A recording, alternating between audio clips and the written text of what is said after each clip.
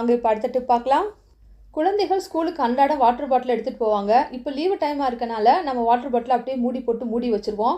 அந்த மாதிரி மூடி வச்சுட்டு நாம் எடுத்து திரும்பியும் தண்ணி ஊற்றி அவங்களுக்கு ஸ்கூல் திறந்தோடனே கொடுக்கும்போது பார்த்திங்கனாக்கா ஒரு மாதிரி ஸ்மெல் அடிச்சுக்கிட்டே இருக்கும்.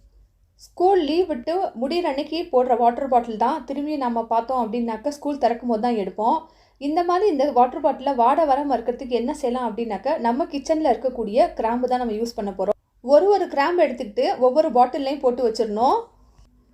2-3 குழந்தைகள் வீட்டில் இருப்பாங்க. அதுக்கு ஏற்றாப்புல நம்ம எத்தனை பாட்டில் வச்சுருக்கோமோ அந்த பாட்டில் எல்லாத்துலேயுமே இதை போட்டு விட்டுட்டு மூடி போட்டு அப்படியே வச்சுருங்க. ரொம்ப டைட்டாக மூட வேண்டாம்.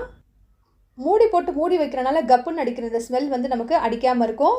அதே போல் தான் நாம் வச்சுருக்கக்கூடிய டிஃபன் பாக்ஸும் பார்த்திங்கனாக்கா அதில் இது போல் ஒரு கிராம்பை போட்டு மூடி போட்டு அப்படியே வச்சுருங்க. ரொம்ப டைட்டாக மூட வேண்டாம். இது போல் நம்ம பண்ணுறனால இந்த டிஃபன் பாக்ஸ்லேயும் பார்த்திங்கனாக்கா நம்ம மூடி வச்சிருக்கனால ஒரு வாடை ஏற்படும் பார்த்திங்களா, அந்த வாசம் வந்து ஏற்படாமல் இருக்கும். நம்ம குழந்தைங்களுக்கு